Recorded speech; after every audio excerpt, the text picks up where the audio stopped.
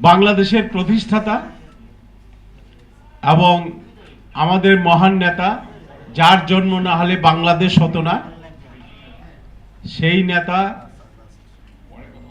জন্ম দিবস এবং মৃত্যু দিবসকে জাতীয় দিবস ঘোষণা করার দাবিতে আজকে এই জন্মদিনের আলোচনা সভা। আমরা এই আলোচনা সভা এখন শেষ পর্যায়ে। আমার পরেই আমাদের আজকের প্রধান অতিথি, সম্মানিত প্রধান অতিথি, উনি বক্তব্য রাখবেন। আমি লম্বা বক্তৃতা করব না, আমি শুধু এইটুকু বলবো, 1971 সালে মহান মুক্তিযুদ্ধের মধ্য দিয়ে যে দেশটি আমরা প্রতিষ্ঠিত করেছি, একটি পতাকা আমরা প্রতিষ্ঠিত করেছি, সেই দেশটি আজকে উগ্র সাম্প্রদায়িক শক্তি, 71-এর পরাজিত শক্তি কর্তৃক আবারও আমরা আক্রান্ত হচ্ছি। গতকালকেই একটা পত্রিকায়, মানব জমিন পত্রিকায় দেখলাম,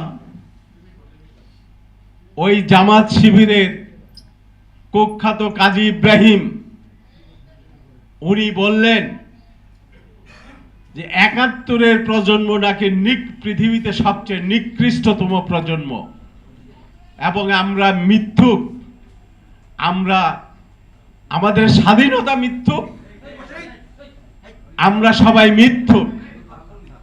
এই যে উদ্ধত্তপূর্ণ আচরণ, আমি আজকে এই মৌলানা ভাসানী, যার জন্ম না হলে বাংলাদেশের জন্ম হতো না, সেই নেতার অনুসারী সৈনিক হিসাবে ওই জামাতকে বলতে চাই, এই সব উদ্ধত আচরণ আস্ফালন বন্ধ করুন, না হলে 71-এ যেভাবে পরাজিত করেছি আবার আপনাদেরকে এই দেশের আস্থা করে নিক্ষিপ্ত করব।